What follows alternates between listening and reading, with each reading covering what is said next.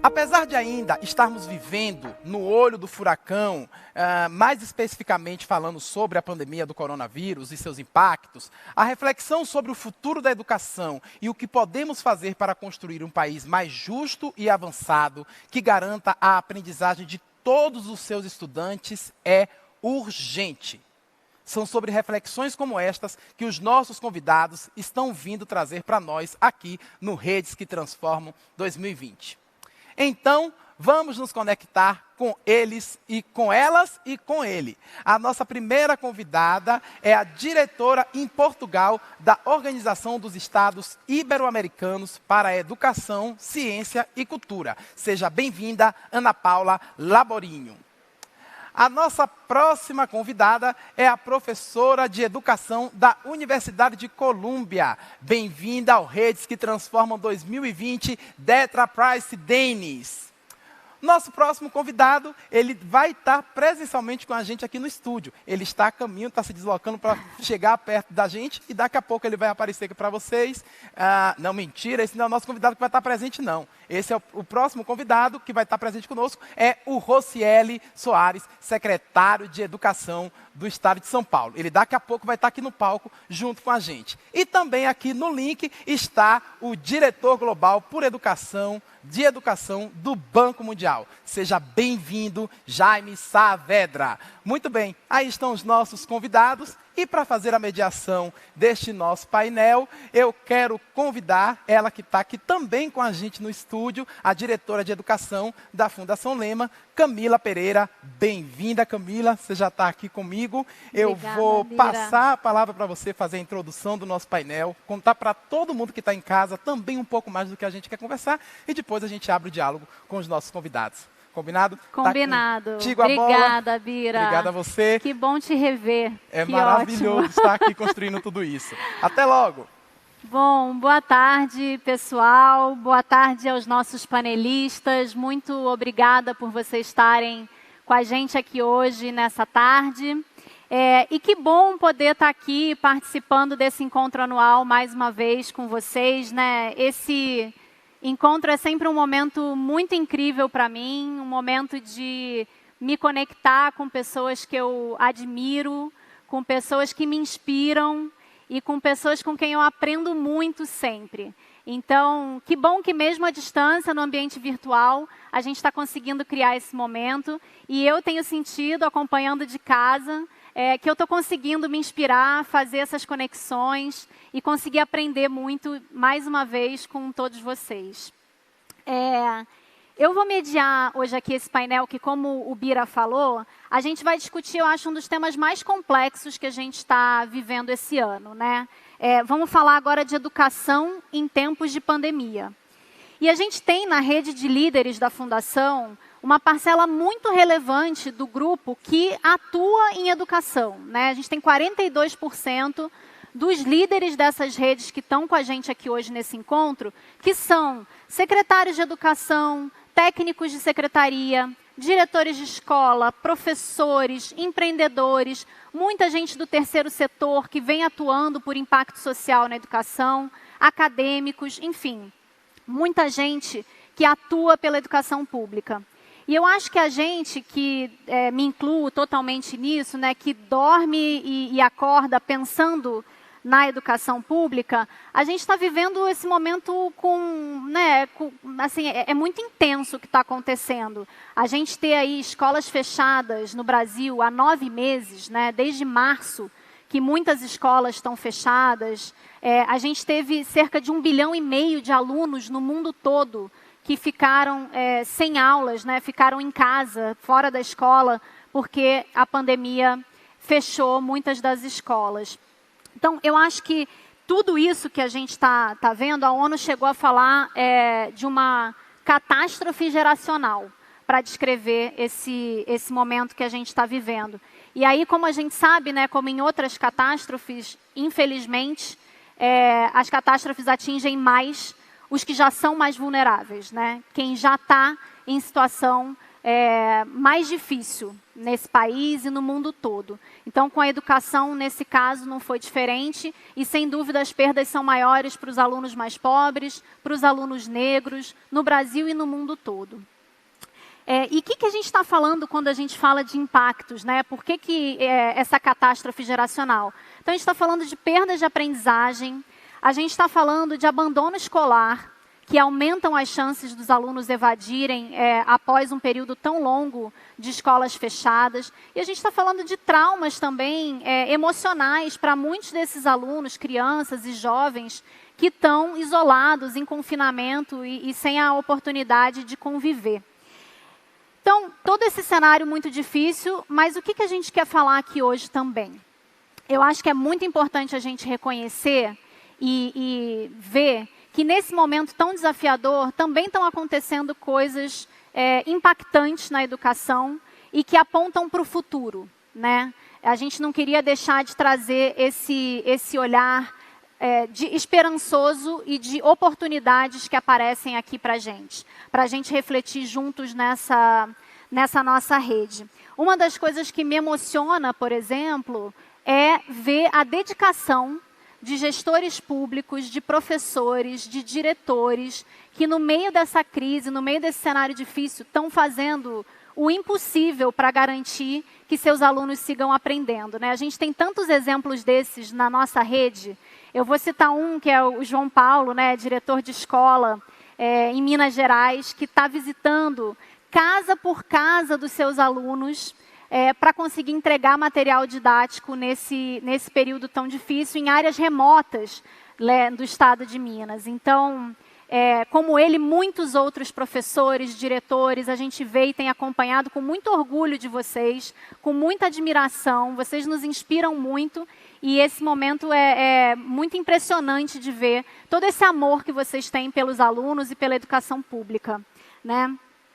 E acho que outro aspecto positivo que a gente viu foi o aumento da valorização dos pais pela educação e pela escola. A gente via isso um pouco assim em rodas de conversa, de forma mais anedótica, mas apareceu numa pesquisa Datafolha recente que a gente encomendou, esse dado muito concreto. Os pais estão valorizando mais a educação, os professores, e estão participando mais da educação de seus filhos. Então, que coisa rica será se no retorno às escolas, às aulas presenciais, a gente conseguir manter essa valorização maior, esse diálogo maior entre escola e famílias, né?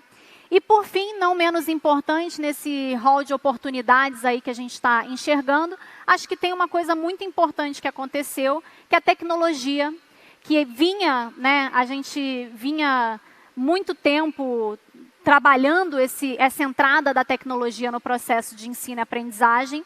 Eu acho que agora ela veio para ficar, de fato, e se firmou como uma aposta muito relevante para mediar esse processo de ensino e aprendizagem e facilitar o trabalho de professores e alunos em sala de aula.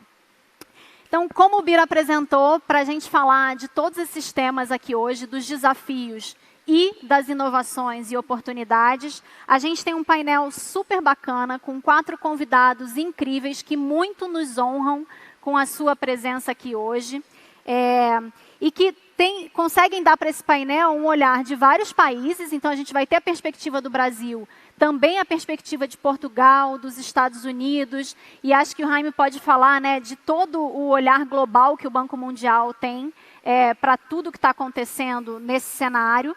E a gente também tem diferentes perspectivas do ponto de vista de lentes. Então, a gente tem na academia, a gente tem gestor público, a gente tem os representantes aqui de organismos multilaterais que estão olhando para isso com uma visão mais macro.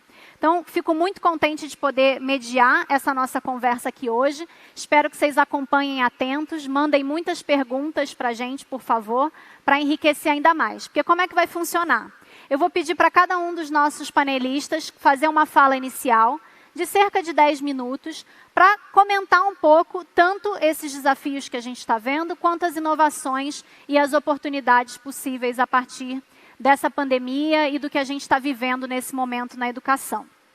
E logo na sequência, eu vou abrir com as perguntas que aparecerem aqui no Slido, fazendo um pouquinho de perguntas para cada um dos 4.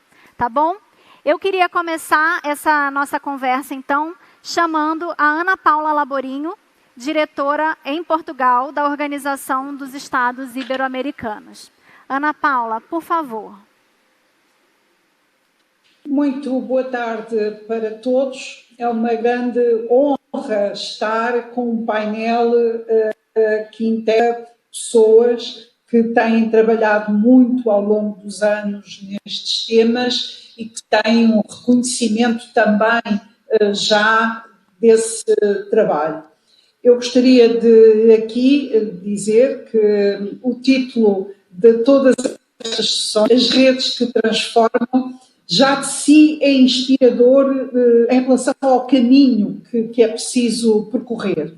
A verdade é que, falando, por um lado, como diretora do escritório em Portugal, o que quer dizer, tendo acompanhado a situação de Portugal, mas também tendo integrado aquilo que tem sido o trabalho da OEI, eu gostaria de sublinhar algumas das coisas que já foram ditas e outras que me parece que é importante para este olhar para o futuro.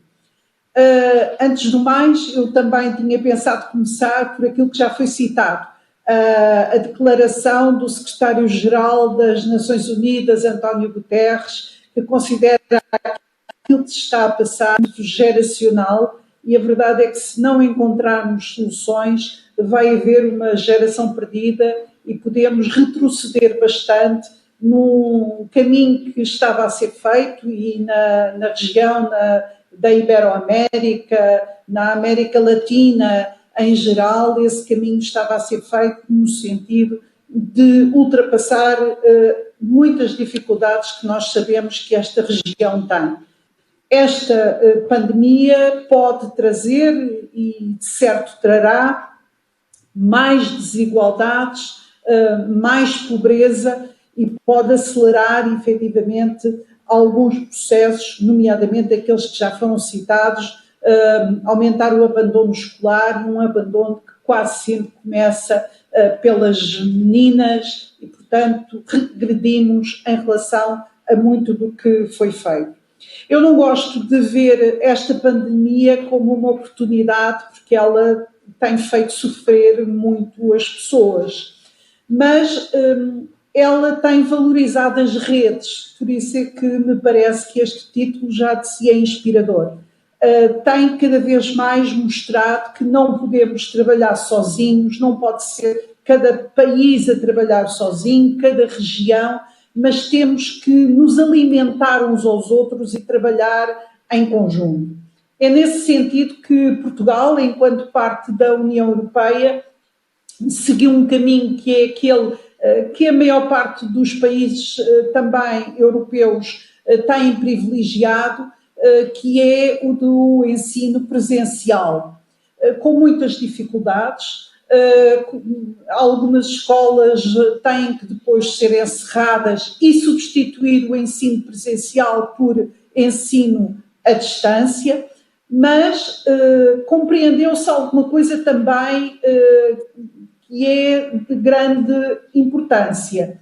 É o valor da escola, é o valor da comunidade escolar, como aqui também foi dito, a importância dos pais, dos professores, dos alunos, dos gestores, de todos aqueles que formam a escola, incluindo o seu entorno formado por toda a comunidade, que também apoia a escola, desde as bibliotecas a tudo o resto, até à importância da cantina escolar para a distribuição de alimentos. A escola mostrou-se, de facto, um centro da comunidade e compreendeu-se que o ensino à distância não pode substituir esta presencialidade que é tão relevante para o estabelecimento também de relações sociais. Nesse sentido, mesmo num país como Portugal, sofreu muito com as desigualdades tecnológicas. Há regiões onde foi muito difícil chegarem os meios para o ensino virtual. Em Portugal, nós fechámos as escolas no início de março, mas passado nem uma semana já estava de pé um programa de ensino à distância, também um programa de ensino no meio da televisão, a escola em casa. Mas percebeu-se as grandes diferenças sociais no programas e por isso também se pensa, e esse é um programa transversal a toda a sociedade, reforçar a digitalização da nossa sociedade, como uma das prioridades, tendo até em conta aquilo que também se vinha falando, a transformação digital e aquilo que já será a quarta revolução industrial.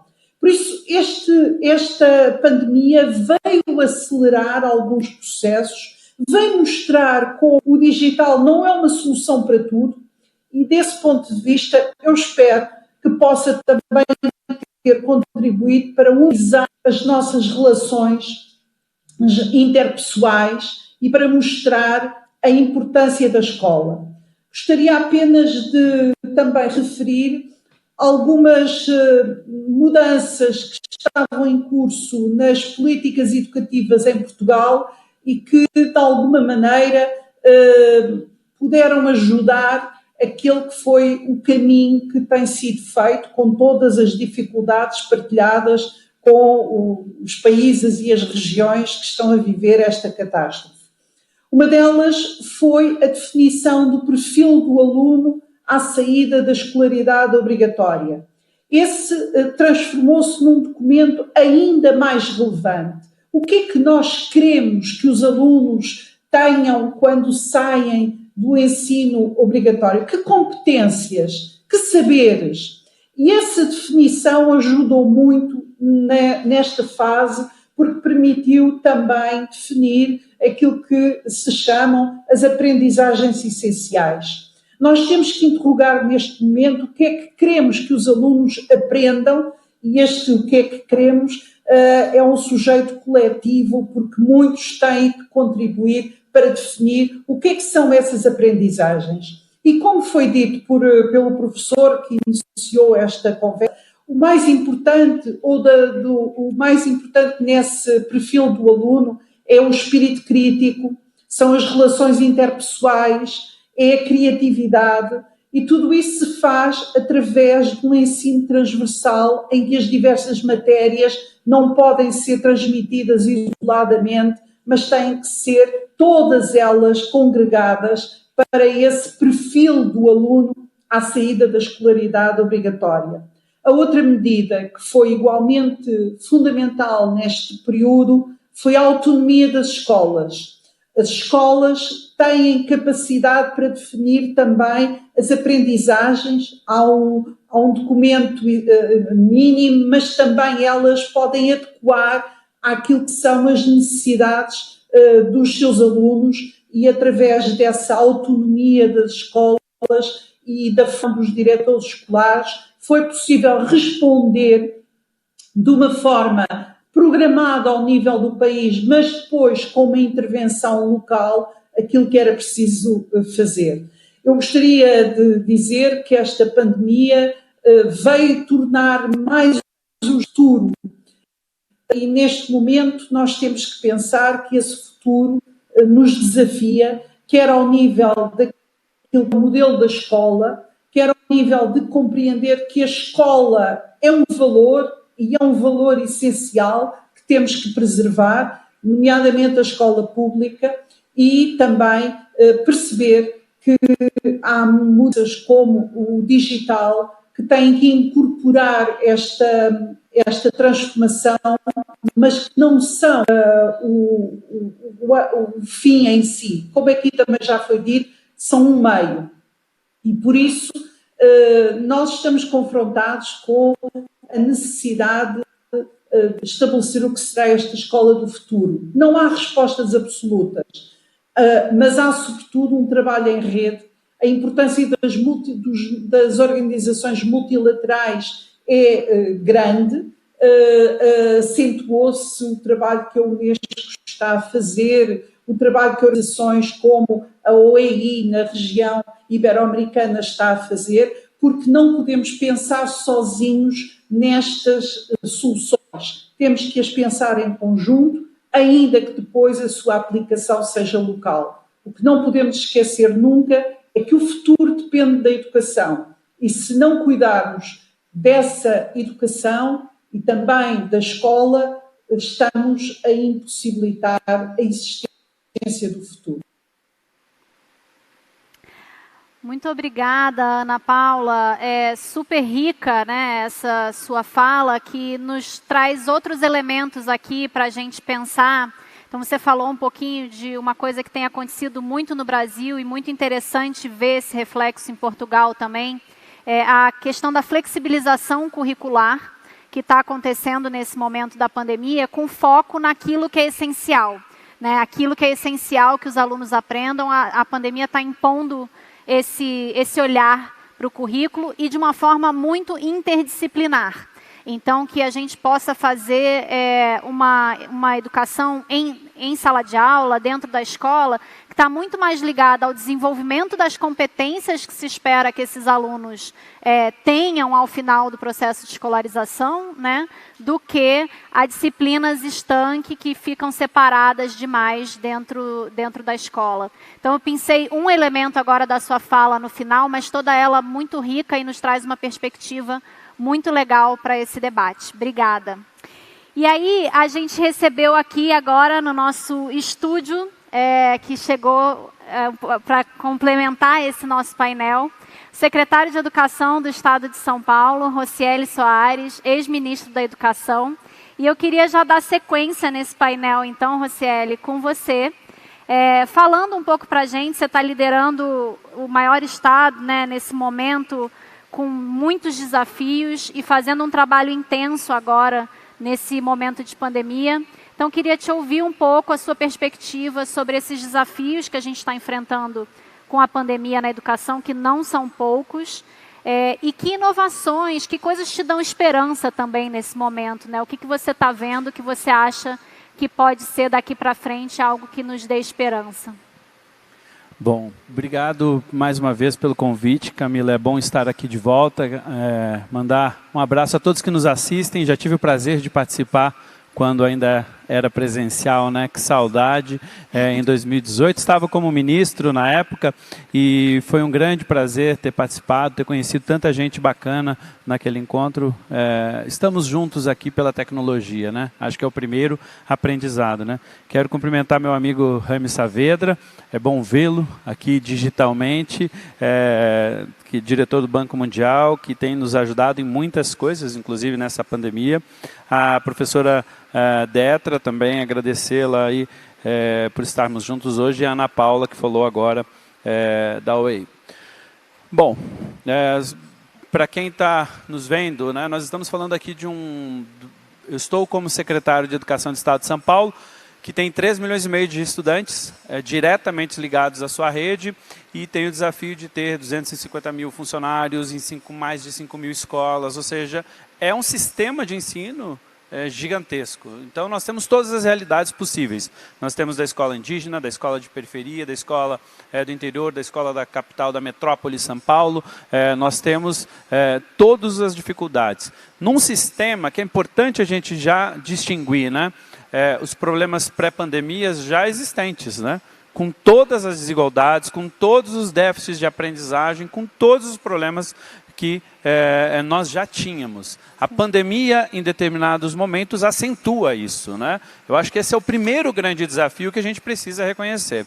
O segundo grande desafio, já nascente com esta pandemia, obviamente, é que estamos fazendo muitos esforços, aprendemos muitas coisas, temos muitas coisas novas que são importantes, que nos dão perspectivas positivas. Eu vou falar um pouquinho sobre o que a gente está fazendo aqui em São Paulo e pensando para o futuro, mas nada do que a gente faça substitui a escola. Eu acho que isso, ao mesmo tempo, nos dá uma tristeza imensa, porque a gente está tentando voltar, a gente precisa voltar, tem que, ou a gente briga juntos para a escola ser prioridade, não dá para deixar bar aberto e escola fechada, né? No mundo inteiro está se rediscutindo isso, aqui também é importante, nós como brasileiros, nós como aqui, aqueles que são paulistas, precisam entrar nesse debate, nada substitui a escola, portanto, é uma percepção importante, no meu entender, positiva que a sociedade está tendo, né? A mãe está lá descabelada, com 1 ou 2, 3, 4, 5 filhos, né? Como é que faz a educação com eles? Imagina o professor que está com 20, 25, 30, 35. Né? A escola tem uma possibilidade de ser realmente reconhecida como uma instituição insubstituível na nossa sociedade. Né? A gente tem a chance de dar um salto, subir de patamar, de ser meramente um depósito de crianças na visão de muitas famílias. O que eu quero dizer com isso? Que é uma fala meio forte, né, para alguns. É porque muito pai e mãe vai lá e matricula o filho na escola e diz, cumpri minha missão como pai e mãe. Meu filho está matriculado, está na escola, portanto, está resolvido o problema de educação. O pai e a mãe estão entendendo agora a diferença de estar lá na escola somente ou ter uma educação de maior qualidade. Ele está entendendo que ele tem um papel nesse processo cada vez maior. E isso é uma possibilidade que nos dá esperança. Ao mesmo tempo, portanto, que então temos as escolas fechadas, nós estamos aprendendo com isso. E por que isso é uma possibilidade para mim de esperança? Porque não adianta voltar às aulas em fevereiro, por exemplo, presencial e tudo, e parecer que a pandemia não aconteceu. Sim. Que se a gente deixar o pai e a mãe esquecer, né, do papel, da importância do papel dele no processo educacional de seu filho, obviamente, nós vamos perder esta oportunidade. Então, nós temos aqui algumas oportunidades que podem ser melhor aproveitadas. E acho que essa proximidade aqui com as famílias, que os professores têm construído, né, que as escolas têm construído, é fundamental. Obviamente, os sistemas como o nosso tentaram se organizar, né, para trazer possibilidades. Aqui no estado de São Paulo, a gente criou muito rapidamente o programa do Centro de Mídias, né, que é uma política que veio para ficar. Hoje a gente transmite aulas pela televisão, transmite pelo aplicativo, pagando a internet patrocinada, que é algo que eu particularmente defendo desde muito tempo, nem sei quanto tempo, né, eu ia dizer desde sempre não, acho que já é tempo demais, mas há muito tempo, desde que eu conheci um pouco mais das possibilidades lá quando era secretário do Amazonas, criei lá quando estava como ministro, inclusive em 2018 falei sobre isso em Condalema, sobre o Centro Nacional de Mídias, que criamos como um piloto naquele ano, que justamente era o quê? Um aplicativo dando aulas de atividades de contraturno para estudantes de todo o Brasil com internet patrocinada, em 2018. Se o projeto não tivesse sido descontinuado pela nova gestão em 2019, teríamos uma solução muito mais rápida à época no Brasil, inclusive patrocinada pelo Ministério da Educação. Infelizmente foi descontinuada. E essa experiência serviu, inclusive, para que quando chegássemos aqui em São Paulo, com a pandemia, colocássemos em pé, foi algo muito importante. E foi disruptivo com os nossos professores.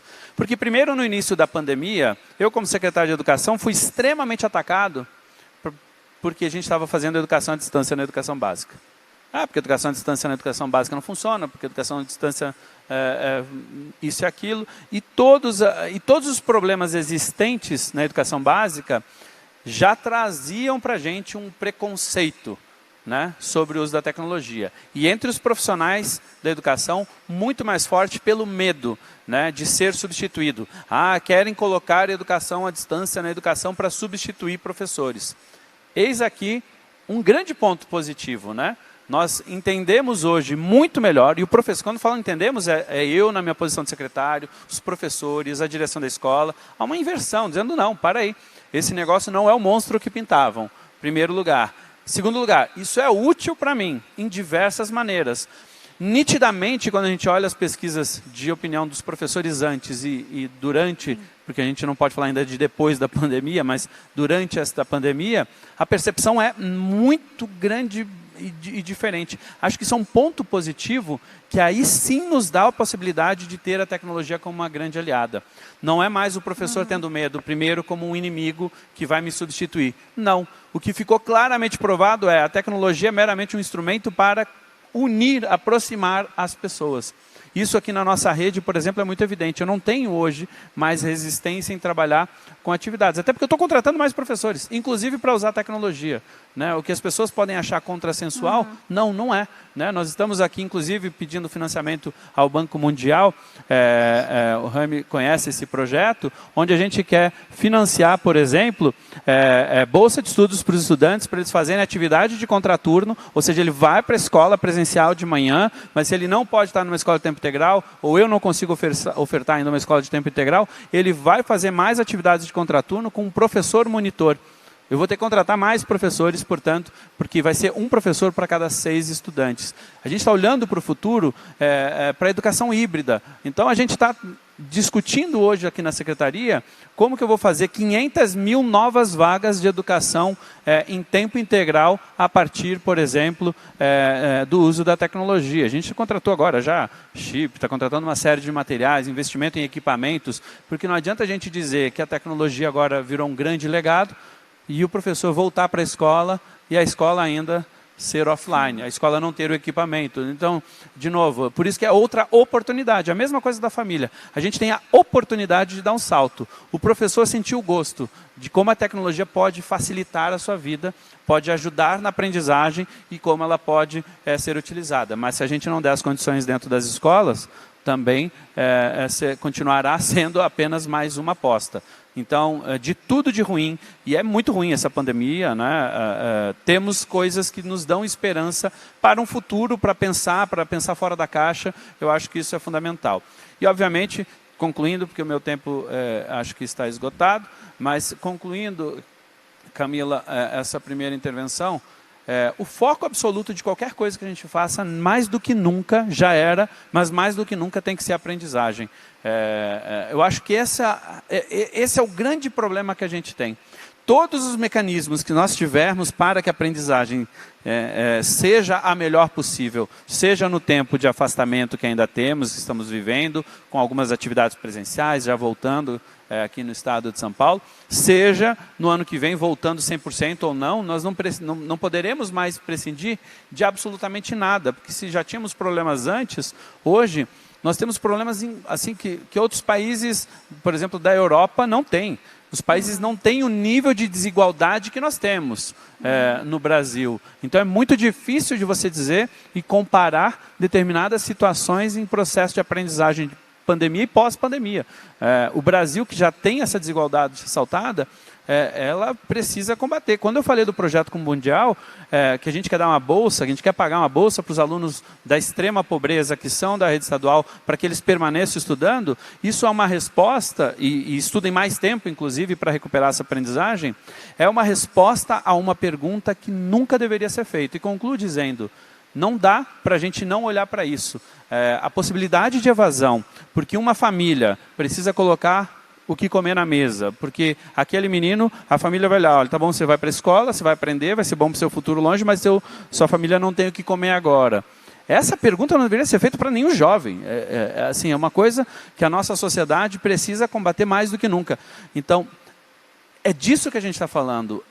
O significado da aprendizagem para a vida desse jovem precisa ficar mais claro para a família, o quanto que ela é transformadora, mas ao mesmo tempo, como que a gente mitiga e mostra, olha, seja no longo prazo ou seja no curto prazo, a gente está aqui para te ajudar, porque a educação é a verdadeira ponte, mas não dá para fazer o julgamento sobre o que está para acontecer. E a gente precisa combater essa evasão. Acho que esse é o desafio maior, a gente está sentindo isso muito fortemente, estamos encontrando todos os meios possíveis, com um grande trabalho dos professores, assim, os nossos bons professores estão fazendo trabalhos incríveis, Brasil afora, precisa ser reconhecido, se reinventando fora da caixa, num outro tempo, mas a gente precisa mais do que nunca olhar para esse futuro de curto prazo agora, porque senão a gente vai perder muita gente. A gente já perdeu muito da aprendizagem que não se recupera, mas a gente pode sim ainda dar uma boa forma de auxílio a esses jovens para que cumpram aí o seu projeto de vida, seu sonho.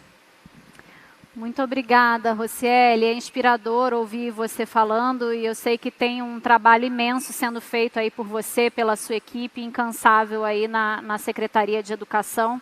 E acho que esse ponto que você nos traz, muito importante, de que as desigualdades que já existiam antes, elas se acentuam nesse momento da pandemia, né? Então, a pandemia escancara isso e cria uma nova camada aí para a gente lidar. E me parece ser um momento decisivo para o Brasil começar a olhar para políticas públicas em educação que sejam focadas nessa questão da desigualdade. Então, hoje, vários países fazem isso, alocam seus melhores professores, por exemplo, nas escolas dos alunos mais vulneráveis, garantem políticas públicas focalizadas para aqueles que mais precisam, na educação. O Brasil ainda não tem isso, e acho que seria um momento muito importante da gente reconhecer essas desigualdades e tentar pensar, como vocês têm feito aqui em São Paulo, políticas focalizadas que apoiem os mais vulneráveis, também no caso da educação pública.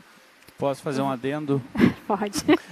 É só porque eu acabei, desculpa, Camila, mas além dessas diferenças que a gente está passando por um problema que não dá para não falar disso. O psicológico dessas crianças, desses jovens, os prejuízos socioemocionais não estão sendo falados no mundo na proporção do que deveria ser dito. Hoje, algumas instituições importantes estão falando sobre isso, o próprio Banco Mundial, a Unicef, a Unesco, né? Alguns governos, obviamente, já estão muito preocupados, mas essa mensagem não chegou nas famílias da forma como deveria. Eu acho que esse é um dos grandes desafios que a gente não tem para agora, é para 3 meses atrás. Eu saí do hospital, da UTI, dizendo, temos que voltar às aulas. Parecia contrassensual, mas até agora a gente não conseguiu voltar, e se a gente não fizer como sociedade um grande esforço, o impacto disso é muito grande e é muito silencioso. A gente não está vendo como sociedade. Eu acho que esse é talvez o maior desafio, que já era um problema no século XXI, muito, muito, muito acentuado com a pandemia. Sua fala é muito contundente, né? Não dá para a gente ter os bares abertos e as escolas fechadas. Eu acho que essa é uma reflexão que, como país, a gente precisa fazer realmente. Foi um ótimo gancho, Rocieli, obrigada, porque eu queria passar a palavra, então, para a gente ouvir a professora Detra Price-Dennis, da Universidade de Colômbia, que é uma grande parceira da Fundação Lehman, Universidade de Colômbia, e é uma honra recebê-la aqui, professora. Obrigada pela sua presença e queria passar a palavra para você, então. Muito obrigada, Camila. Muito obrigada aos painelistas. Agradeço muito essa oportunidade de entrar nesse debate e começar a alavancar a nossa força global sobre questões sobre desigualdade e educação. Muitos dos comentários feitos batem com a minha experiência aqui nos Estados Unidos. Então, muito obrigado pelas ideias que vocês levantaram. E eu fui anotando muitas coisas aqui. O Covid-19 realmente exacerbou as desigualdades nas várias instituições aqui nos Estados Unidos. Todas as semanas enfrentamos novos desafios no sistema educacional, professores, pesquisadores e famílias desesperadamente estão tentando resolver esses problemas. Hoje eu gostaria de falar de alguns e algumas maneiras para começar a resolver esses problemas. Eu acho que não conseguimos resolver os problemas, mas estamos fazendo uma espécie de triagem. Eu espero que durante a sessão de perguntas nós possamos lidar com algumas das lições aprendidas. Mas eu vou dar uma visão geral para a gente poder entrar nos detalhes depois. Os desafios enfrentados nos Estados Unidos na educação por causa do Covid estão associados à infraestrutura, recursos financeiros, saúde, desenvolvimento curricular e pedagogia, comunicação com os pais e atender a necessidade das populações especiais. Eu sei que cada um de nós poderia passar um dia inteiro falando sobre cada um desses temas. Eu vou falar de 3. E depois nós podemos voltar aos outros durante as perguntas. O primeiro desafio nos Estados Unidos que ganhou o foco em março foi a infraestrutura que nós tínhamos. Nós não tínhamos e ainda não temos uma infraestrutura adequada para banda larga, Wi-Fi para todos os alunos no sistema até o ensino médio, sobretudo nas áreas rurais. E muitos dos nossos alunos em regiões urbanas. Então, não está restrito a uma região, é um problema disseminado. Nós não temos hotspots disponíveis, nós não temos VPNs, e nós também aprendemos que nós não temos um sistema de compra e distribuição de tecnologia e recursos para poder fornecer tudo para os alunos e famílias quando necessário. Isso é um grande desafio que algumas pessoas conseguiram, mas em grande escala, nós não sabíamos como que nós estávamos atrasados. Como que as regionais e organizações tentaram resolver isso? Os ônibus escolares passaram a ser hotspots para transmitir sinal de internet para as famílias que precisavam. Algumas empresas, que foi um fenômeno interessante aqui nos Estados Unidos, deixavam os alunos usarem o Wi-Fi das empresas, porque elas não tinham Wi-Fi em casa. Empresas de telefonia também deixaram de cobrar pelo acesso, mas muita gente teve que participar. E depois as organizações sem fins lucrativos distribuindo VPNs. Essas foram algumas maneiras de tentar resolver esses problemas, mas tem tanto trabalho a mais para dizer. Lá em Nova York, eu esqueci a porcentagem exata dos alunos, mas semanas atrás eles lançaram os números, mas era uma porcentagem muito grande dos alunos que ainda não têm a tecnologia necessária em Nova York, nem mesmo acesso ao Wi-Fi para fazer aulas online, uma coisa que não desapareceu. Nós vamos continuar tendo dificuldade com isso durante um tempo. O segundo ponto relacionado ao primeiro tem a ver com os recursos financeiros. Muitas famílias, assim como muita gente no mundo inteiro, estão perdendo o emprego a uma alta taxa de desemprego. Isso gerou insegurança alimentar. Muita gente não conseguiu pagar a hipoteca nem o aluguel, muita gente morando em abrigos, o que por si só representa outros desafios, porque a maior parte desses abrigos não tem redes seguras. Os alunos, às vezes, nem podem utilizar os dispositivos que eles têm acesso. Então, os problemas vão se sobrepondo. E a questão financeira pior ainda. E as famílias não conseguem fornecer caneta, papel, material básico. E como pai,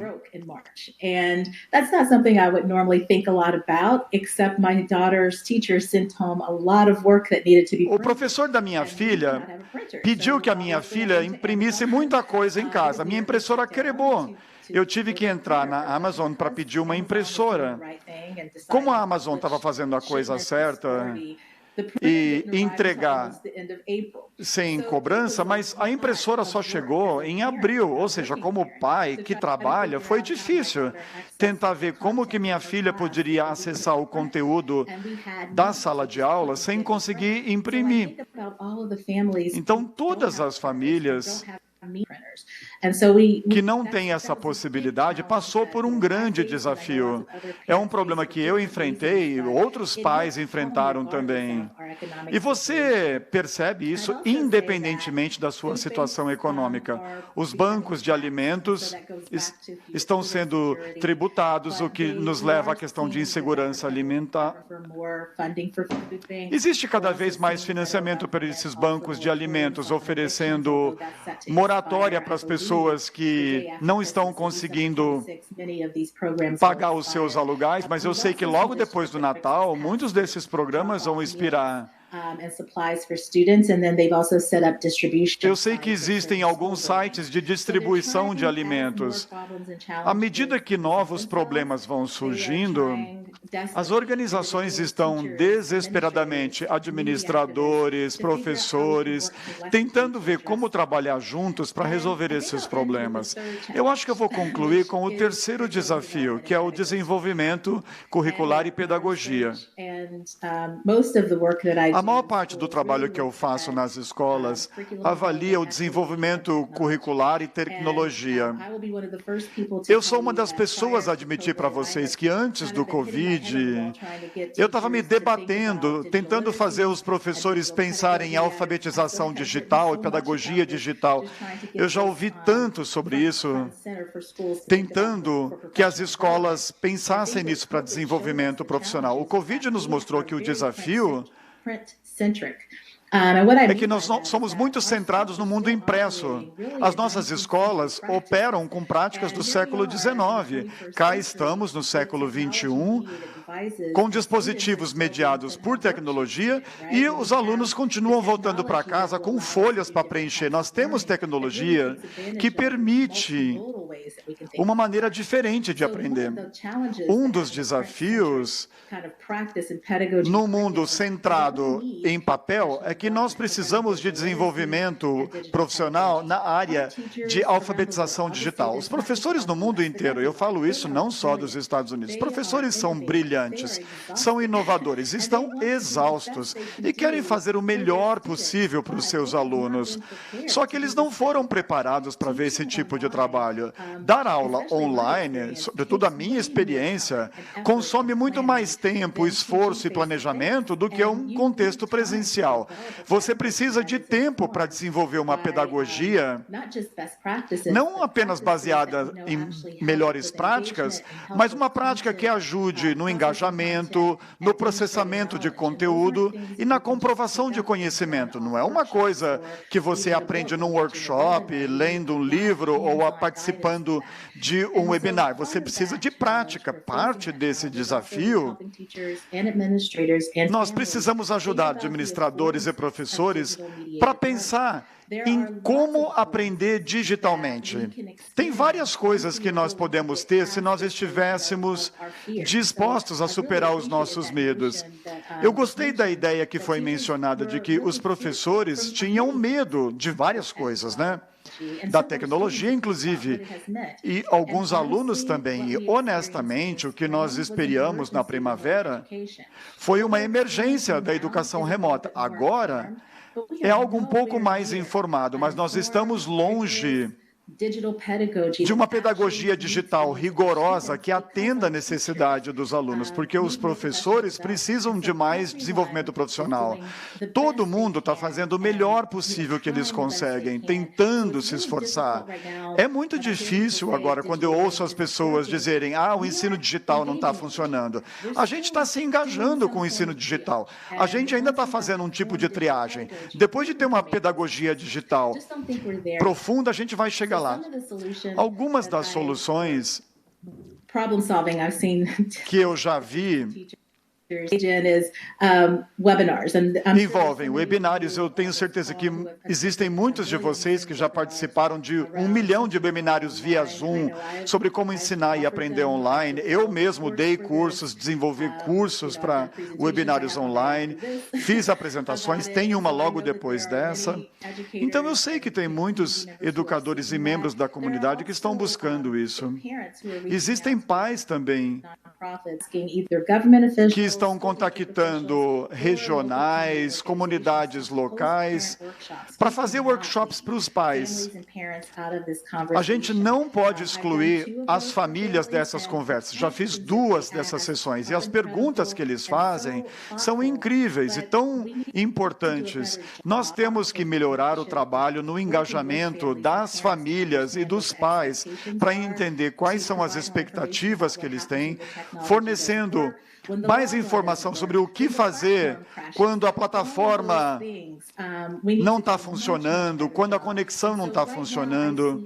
Hoje, eu vejo organizações sem fins lucrativos fazendo mais desse trabalho, mas eu gostaria de ver as regionais assumindo a liderança nesse trabalho. Eu gostaria de concluir dizendo que os nossos alunos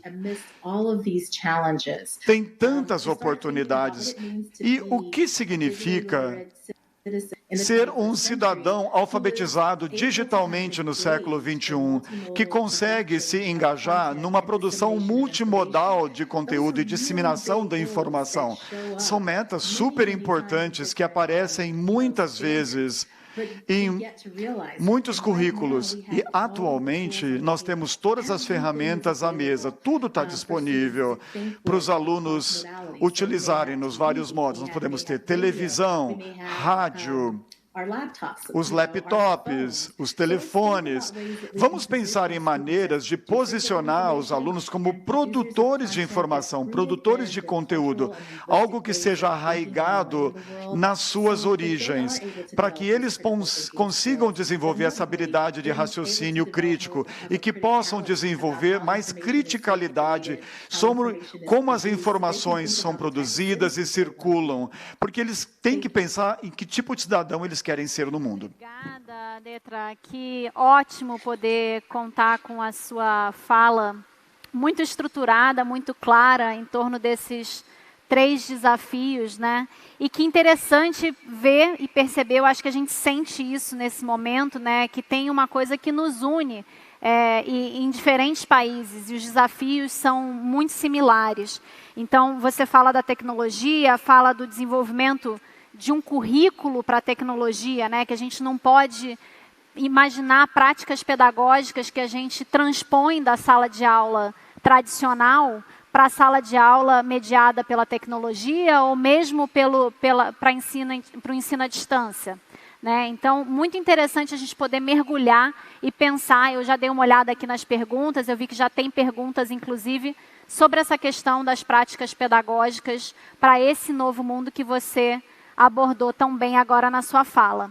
E aí, para a gente concluir essa primeira rodada e poder partir para as perguntas, eu quero convidar o diretor global de educação do Banco Mundial, que também muito nos honra com a sua presença. Muito obrigada pela participação nesse seminário.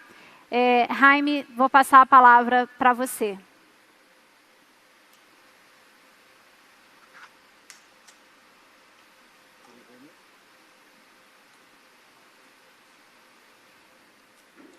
Você nos ouve, Jaime? Não? Enquanto a gente tem um probleminha na conexão do Jaime, a gente já está retomando lá.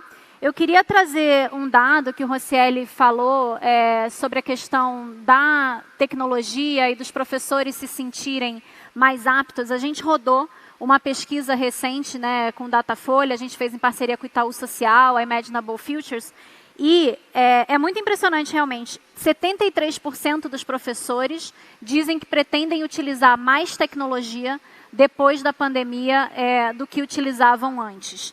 E mais do que o dobro dos professores dizem se sentir mais preparados agora, neste momento, para o uso da tecnologia. Então, sem dúvida, a gente tem uma mudança de mindset mesmo e de percepção dos professores, de segurança, confiança dos professores para esse uso da tecnologia. Então, a gente precisa aproveitar isso, né, como você estava falando, como a Detra trouxe de forma tão clara. E aí a gente tem um desafio grande que acho que a Detra também estava trazendo dos Estados Unidos, a questão da infraestrutura, a conectividade, né, que ainda é um problema no Brasil. Eu estava olhando aqui as perguntas, isso também aparece, né, como usar tão bem a tecnologia se a gente tem questões de conectividade, tanto para os alunos mais pobres, a conexão do aluno, mas nas escolas públicas ainda, a gente ainda tem um desafio muito grande. Né? A gente sabe que no Brasil 67% das escolas têm acesso à internet, mas mesmo essas, ou seja, a gente ainda tem muitas sem, mas mesmo essas numa velocidade muito inadequada. Então, enquanto a gente restabelece aqui a conexão com o Jaime, queria te perguntar, Rocieli, sobre essa questão da conectividade. Como é que você está vendo isso? Você trabalhou nisso como ministro e agora como secretário. Aqui. A gente não está ouvindo ele aqui ainda. Mas, olha, eu acho que juntando até um pouco do que a professora Detra falou, a gente tem que cuidar do equilíbrio entre 4 pilares, para que a tecnologia realmente sirva para a educação. A tecnologia precisa ter formação de professores, né? A oportunidade que a gente tem agora, nesse momento, de fazer a formação, a vida ensinou agora, né? A todos nós. Ninguém tinha uma solução pronta e acabada para o que a gente está vivendo como sociedade. E os próprios professores acabaram encontrando soluções distintas para problemas distintos. Então tem aqui um processo formativo que acho que isso diminui o medo. Ele teve que se desafiar, teve que enfrentar isso de um jeito ou de outro. Temos, obviamente, também o desafio de ter os materiais adaptados. A professora Detra falou muito bem. Não é só pegar e copiar, colar, agora eu saio da aula presencial e faço a mesma coisa no mundo digital, não. Até porque o mundo de possibilidades é outro.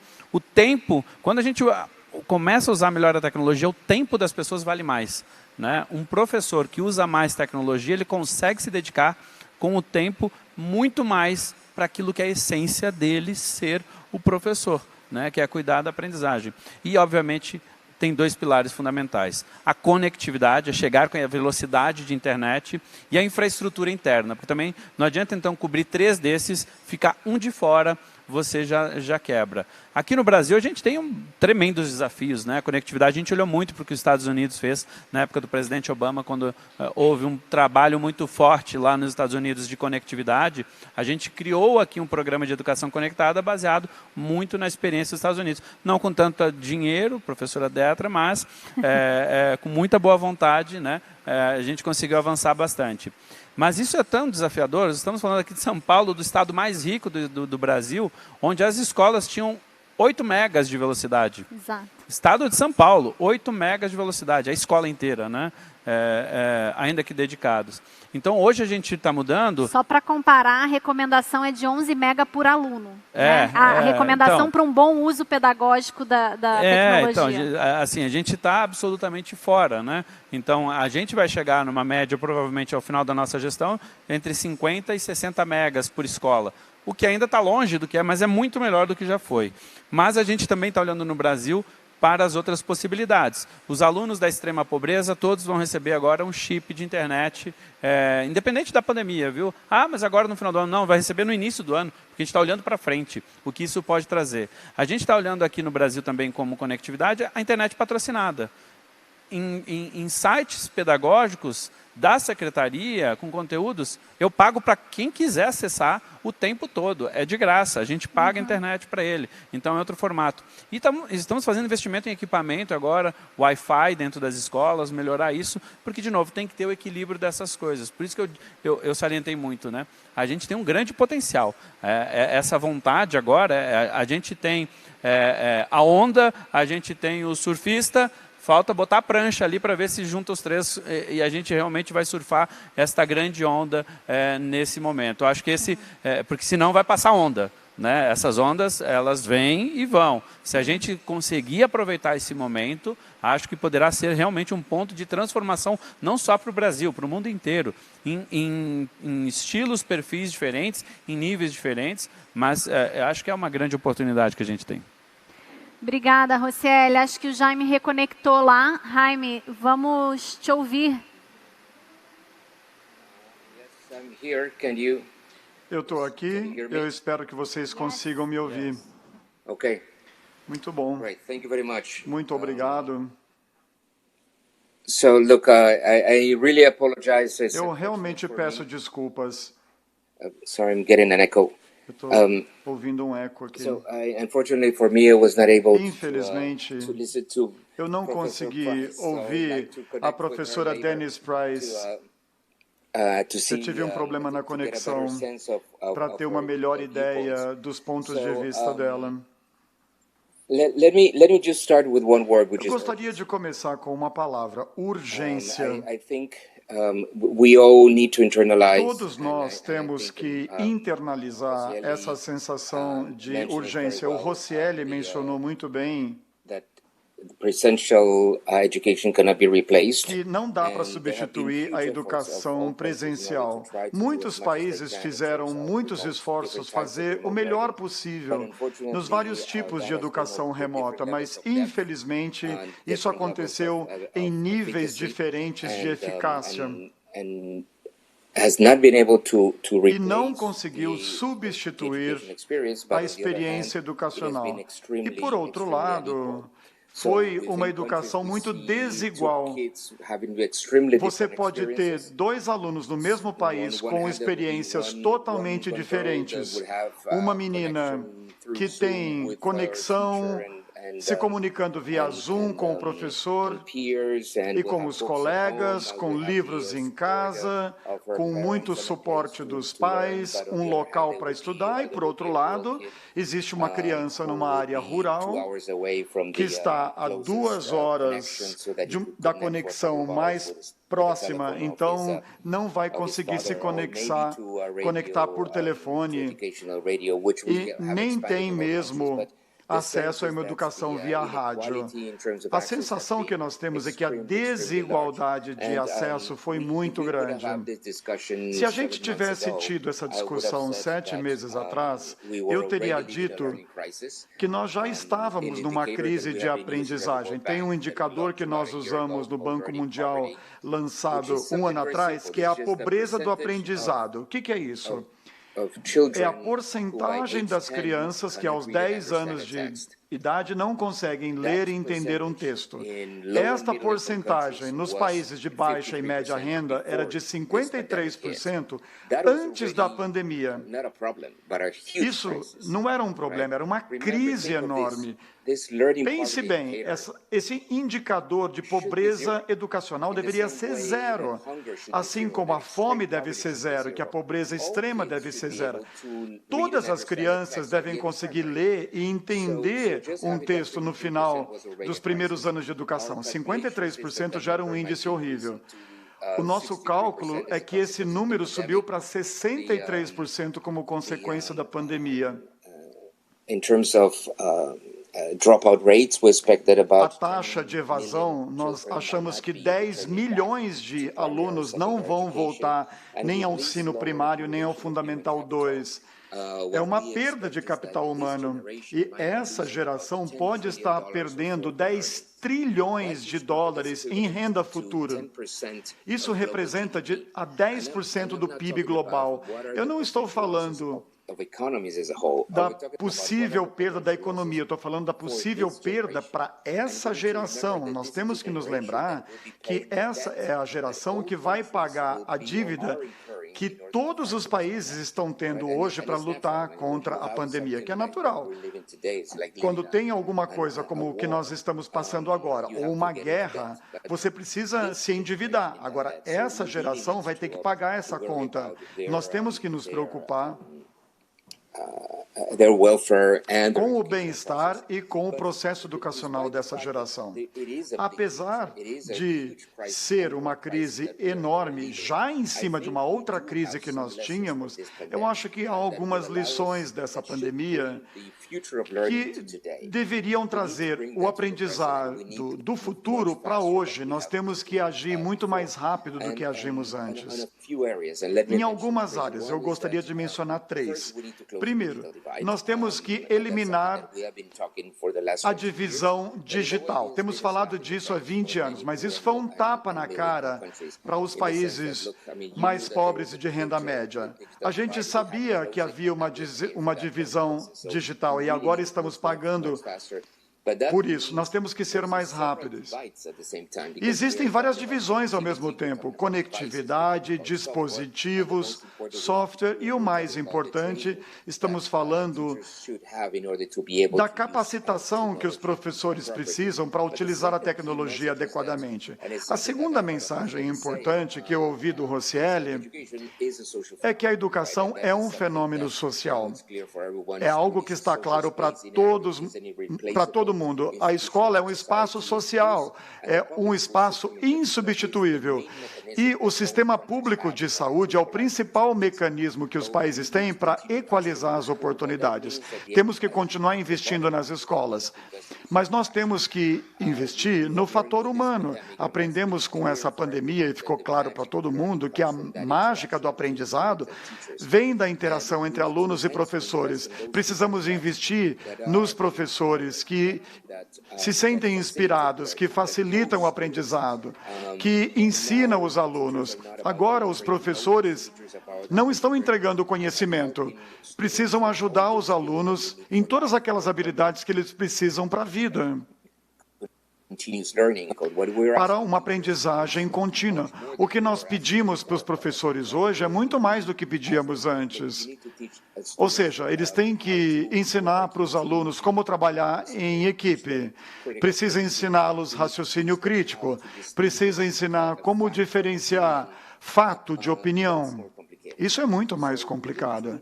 Nós temos que investir nos 60 milhões de professores que hoje estão à frente dos alunos e temos que investir muito em mais treinamento prático, uma capacitação que seja voltada para melhorar a interação entre professores e alunos. E isso é algo que tem que ser feito hoje e é uma tarefa permanente. Nós temos que investir muito mais nisso, com muita ênfase. Em segundo lugar, e algo que leva mais tempo, o que define um sistema educacional de sucesso é até que ponto a profissão do professor é valorizada e prestigiada. Os políticos não podem se envolver na escolha e promoção dos professores. Nós precisamos caminhar para uma carreira que dê para esses professores as oportunidades de desenvolvimento profissional que eles merecem. Isso falta em muitos sistemas educacionais, quando as famílias de todos os países têm orgulho de um dos filhos ou filhas escolherem a carreira como professor, é aí sim que você sabe que aquele sistema é de sucesso. Isso é crítico daqui para frente. Eu mencionei as duas coisas. Eu mencionei a importância de nós fecharmos essa lacuna digital e a importância em investirmos no fator humano. E o futuro da aprendizagem envolve esse equilíbrio da tecnologia e o fator humano. E a tecnologia vai ser crítica, por quê? Só para dar um exemplo. Existe muita heterogeneidade de aprendizagem, velocidade de aprendizagem e como as crianças aprendem numa sala de aula. Para o professor é difícil, para o professor resolver isso, garantir que todos os alunos na mesma sala de aula tenham os incentivos e os estímulos corretos de que precisam. E é algo que a tecnologia pode ajudar muito. Então, tem a ver com a tecnologia apoiando os professores. Os outros pontos que eu queria levantar, à luz da pandemia. Resiliência. Primeiro, nós não vamos sair da pandemia de maneira clara. Provavelmente,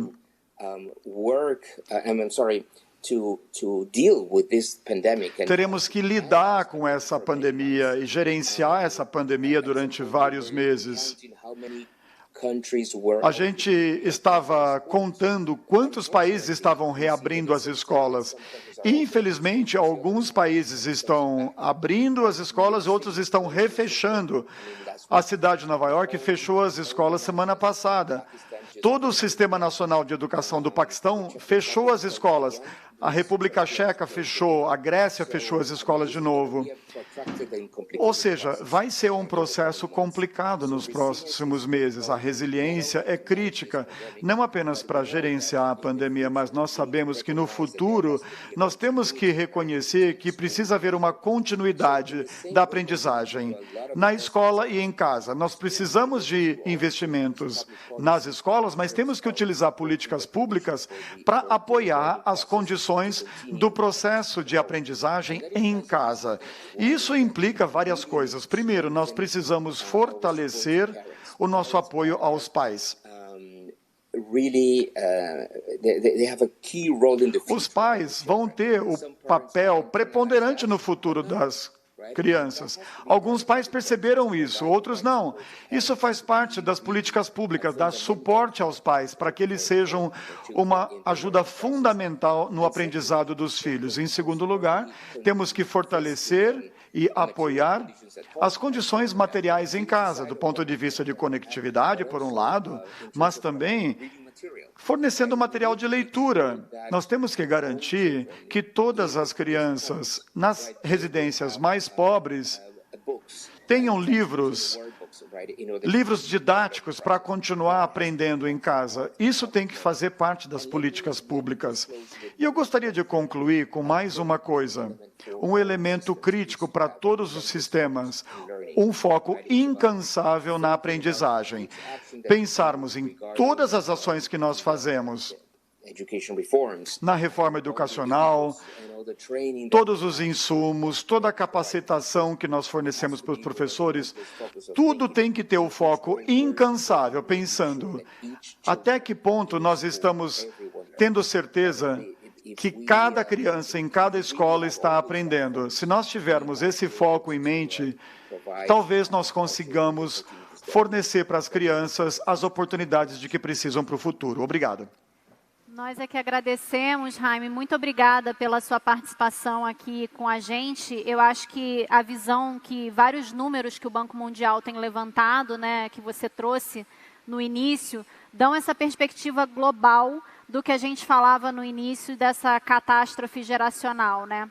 E aí você fala da questão da urgência, tão importante nesse momento. Para a gente fechar, que a gente só tem 15 minutinhos aqui, eu vou fazer 4 perguntas sobre 2 temas que estão aqui. Então, são 2 temas. E eu vou passar a palavra para os 4, para a gente falar aí, talvez, em 2 minutinhos, 3 minutinhos cada um. Vocês podem escolher o que vocês preferem comentar desses assuntos que estão mais comentados aqui no nosso aplicativo de perguntas. Então, um tema é volta às aulas.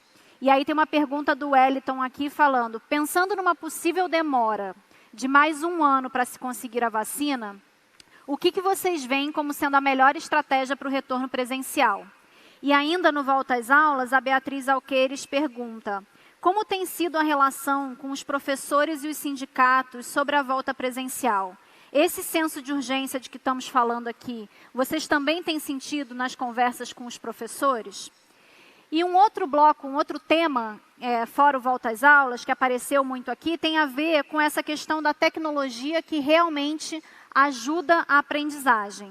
Então, a Diana Goldenberg faz uma pergunta aqui para a gente. Como auxiliar as redes a fazer essa transição do ensino remoto de emergência, que a gente está vivendo muitas vezes até agora, né, para esses sistemas híbridos do futuro, que a gente espera que sejam realmente um uso melhor da tecnologia para garantir a aprendizagem, mais linkadas ao currículo e a oportunidades de protagonismo dos jovens. Então, eu vou deixar vocês à vontade para comentarem qualquer uma das 2 perguntas. Vou só pedir para a gente se ater aqui ao nosso tempo e sermos breves nos comentários finais. Vou passar a palavra primeiro para a Ana Paula. Obrigada. Eu penso que as 2 questões acabam por também ter alguma ligação. Quanto ao regresso às aulas, mesmo efetivamente sabendo que vários países têm aberto e fechado, a verdade é que também aqui foi colocada uma questão que me parece de continuar a refletir sobre ela. É o bem-estar emocional dos alunos. A escola é também esse bem-estar e por isso tem que se encontrar formas de conseguir que os alunos, que as escolas abram e tornar essa abertura uma prioridade. Porque, como estivemos aqui a ver, a escola não é o local onde se aprende, é o local onde se socializa e, portanto, o seu fecho e a falta de contacto com esse lugar tem muitas outras consequências. Por outro lado, a questão das tecnologias, também se perceber que, sendo uma ajuda fundamental, elas não funcionam sozinhas. E, por isso, tem que haver esse trabalho também de perceber que elas são um meio. Garantir cada vez mais a todos a possibilidade de aceder às tecnologias, mas também explorar outras possibilidades. Queria dizer que, naturalmente, a questão dos professores é essencial e, portanto, a questão dos sindicatos. É preciso valorizar, como aqui também foi dito, a profissão de professor. É preciso também perceber o esforço que eles estão a fazer, nomeadamente neste retorno às aulas. Em Portugal, o que se optou foi por ter nas escolas os mais jovens, porque se percebeu que é sobretudo ao nível dos mais jovens que também as consequências são maiores e, por outro lado, as aprendizagens podem ser mais difíceis à distância. Não há soluções globais, mas, sobretudo, temos que pensar naquilo que vão ser as aprendizagens para o futuro. Que currículos queremos e como queremos as escolas. Muito obrigada, Ana Paula. Eu vou passar direto para a professora Detra.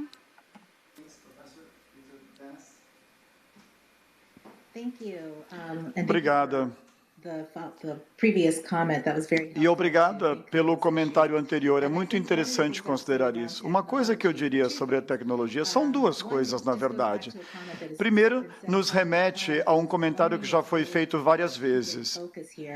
O aprendizado é o foco. E uma pergunta que eu sempre faço para os professores e para as famílias, quando eu faço workshops ou quando eu dou curso, o que significa ser aluno? Qual que é a nossa definição de aprendizagem? E cada um tem uma definição diferente. Mas é importante articular isso para começar a chegar a uma definição comum ou uma compreensão do rumo do ensino, do fundamental ao ensino médio, para promover um aprendizado engajado, para que os alunos realmente consigam atingir os seus objetivos. O que a gente quer dizer quando fala aprendizagem? E como engajar o aluno para a aprendizagem? Quer seja aprendizagem para a exploração, porque o objetivo tem que determinar o uso da tecnologia. A tecnologia não pode vir em primeiro lugar. Você não pode falar, eu consegui um iPad novinho, vou fazer alguma coisa com ele. Não. A primeira coisa é qual é o objetivo que eu estou tentando atingir com os alunos. Será que tem algum dispositivo digital que possa mediar isso, ou que seja mais eficiente para atingir esse objetivo? Às vezes, a resposta vai ser sim. Outras vezes, papel e caneta é suficiente. Só que nós precisamos de escolhas informadas sobre as ferramentas que nós utilizamos, quer sejam tecnológicas ou um material físico. Então, com relação às redes, tem algumas redes que podem ter um papel muito importante para engajar educadores nessa conversa. Uma dessas redes são as organizações profissionais. Muitos professores, pelo menos aqui nos Estados Unidos, pertencem a organizações profissionais. É um ótimo ponto de partida. O sistema universitário é um outro local onde nós podemos começar para fazer parcerias. E as fundações, eu acho que são 3 que me vêm à mente que podem ajudar para desenvolver e criar essas redes. Eu sei que o sistema PBS aqui nos Estados Unidos começou um programa de inovação digital. É um programa pequeno, mas eles estão recrutando professores que vão pensar em como utilizar a tecnologia de maneira mais criativa. Eu acho que esse tipo de experiência e essas parcerias entre as várias redes podem ajudar no preparo, que podem ajudar a aumentar a nossa própria habilidade de alfabetização digital. Até os professores se sentirem à vontade, trabalhar nessa migração de plataforma, o que nós precisamos desenvolver oportunidades para desenvolvimento profissional. Uma última coisa, se tiver um tempinho, sobretudo se a gente for adotar uma situação híbrida, nós temos que diferenciar esse tipo de experiência ao vivo, que é uma experiência síncrona, e uma experiência assíncrona que os professores estão tentando criar. E existem pedagogias diferentes para os dois contextos. Os professores precisam de uma capacitação sobre esses dois tipos de aprendizagem. Muito obrigada. Muito obrigada, Detra. A gente vai voltar a se falar, com certeza, porque estou muito interessada nesse seu trabalho e conhecimento sobre como desenvolver competências digitais para os professores fazerem um bom uso da tecnologia. Obrigada. Jaime.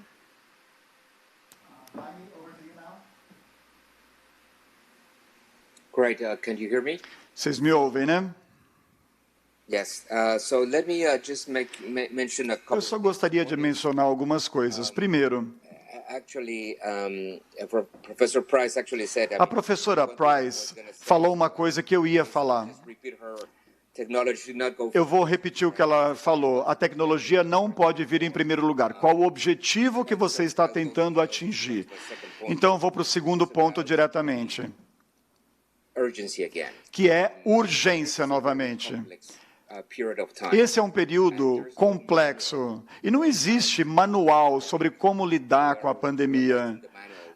Nós estamos escrevendo esse manual agora. Portanto, é uma situação difícil para os ministros de educação, como o secretário Roscielli. Nós sabemos que há uma crise de saúde. É uma crise trágica. E nós vemos a tragédia diante dos nossos olhos. Só que, às vezes, na educação, nós não conseguimos ver essa crise. Às vezes, a educação é uma crise silenciosa. O que as crianças estão perdendo por falta do engajamento, por causa dessa falta de experiência educacional, é algo enorme. Se não fosse assim, seria fácil dizer, vamos esperar até a crise da saúde passar, e depois de passar da crise, os alunos voltam com segurança para a escola, sem problemas. Não é assim. O que os alunos estão perdendo é algo enorme. Primeiro, nós precisamos estar preparados para voltar para as escolas o quanto antes, sermos pragmáticos. Às vezes, significa voltar para a escola em alguns estados e não em outros, em algumas áreas e não em outras. O fato de a criança poder ir para a escola alguns dias ou 3 manhãs por semana, isso já faz uma diferença enorme. O fato de passarmos para um sistema híbrido, onde os alunos possam passar pelo menos algumas horas na escola, com menos alunos, já vai fazer uma diferença enorme.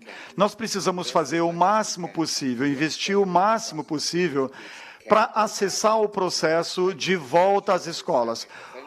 Às vezes presenciais, semipresenciais, sistema híbrido, mas nós precisamos ter ciência de que o que as crianças estão perdendo é algo enorme em termos de conquista acadêmica, saúde mental e o desenvolvimento do seu caráter social, de ser um bom cidadão. Nós temos que ter ciência de que eles estão perdendo muita coisa e nós precisamos ter esse senso de urgência, tendo certeza de que nós possamos oferecer para eles as melhores opções possíveis em termos de educação e o mais rápido possível. Obrigado. Obrigada, Jaime. E acho que você traz essa questão da crise silenciosa da educação, que a gente não vê tanto o impacto quanto a questão da saúde imediatamente, mas que é tão desafiadora para a gente que a gente precisa refletir sobre e pensar com esse senso de urgência que você está trazendo. Para fechar, alguém que tem muito senso de urgência, que eu sei, vou passar a palavra para o Roscielli fechar aqui o nosso painel. Primeiro, Camila, obrigado pelo convite. Agradecer ao Jaime, a Ana Paula e a Detra. Começando por aí, né? Uma das perguntas foi, e a vacina? Não tem vacina para criança, gente. Não tem vacina para criança, sabe por quê? Porque não é grupo de risco. Porque se elas fossem mais afetadas, por exemplo, o investimento de todos os laboratórios seria para uma testagem maior. Mas não haverá vacina para criança em 2021, no ano inteiro, em lugar nenhum do mundo. Eles estão começando os testes em crianças, aliás, em adolescentes de 16 anos agora, neste momento. Nem começou ainda para criança e está muito longe disso ainda. E depois você tem o fator de distribuição, quando começar e demais. Os estudos hoje no mundo mostram o seguinte, as crianças já podem ser consideradas, existem estudos mostrando, tem um na Alemanha muito importante, que podem ser consideradas inclusive barreiras biológicas, que por alguns motivos, de outros coronavírus, de outros tipos, de outras cepas que já rodam há muitos anos no mundo, eles podem ter tido um desenvolvimento e não afetar. Por isso que a gente tem tão pouca criança. Então, a volta às aulas, o senso de urgência é fazer o que é simples, fazer o que é comum e que é efetivo. A higienização lavação das mãos, uso de máscara, o mínimo de distanciamento, e onde as crianças têm cumprido muito bem. A experiência no mundo, ao contrário do que as pessoas dizem, a experiência no mundo as crianças cumprem bem, os adolescentes são mais difíceis, mas as crianças têm cumprido muito bem. A gente voltou desde 8 de setembro, não temos um caso. Desde 8 de setembro nós temos atividades nas nossas escolas, nós não temos um caso de transmissão dentro da escola. Mas a meninada está solta na rua, está pegando coronavírus em casa, quando beija e abraça o pai e a mãe. É lá, é na festa social, é indo para bar, não é na escola. Ter um ambiente controlado é seguro. E essa relação com os professores, que é outra pergunta que eu queria falar rapidamente aqui em alguns segundos, não tem o mesmo senso de urgência comparado com o medo que tem. E a gente aí também precisa se colocar no lugar, né? O profissional tem seus medos, obviamente, mas tem muitos já olhando para isso sim com a necessidade, sentem falta, a gente olha muito isso, mas a gente precisa como sociedade bancar isso. Se a gente quer, inclusive, se for necessário pagar a vacina para os professores, eu vou pagar a vacina, porque não tem investimento melhor que eu possa fazer. O dia que tiver essa vacina, se for por falta de dinheiro, a Secretaria de Educação vai pagar para os seus professores, e se eu tiver como pagar, eu pago para os professores municipais do Estado de São Paulo, porque nada substitui essa segurança para voltar. Mas nós não podemos esperar para voltar a solução da vacina, nós não podemos esperar soluções mágicas. Tem que voltar agora, 1º de fevereiro, aula em São Paulo presencial. Obrigado, um beijo para todo mundo. Gente, eu queria agradecer demais os nossos panelistas e agradecer a vocês que acompanharam a gente online. Obrigada e até a próxima. Viva! Viva, viva, viva. Muito obrigado, Camila. Obrigado a Rocieli, que está aqui também junto comigo. Obrigado a Ana Paula, a Detra e também ao Jaime. Estamos todos aqui. Eu quero agradecer a vocês por terem construído aí esse painel, trazendo uma reflexão fundamental. A gente precisa pensar na educação do nosso país. Muito obrigado a todos vocês.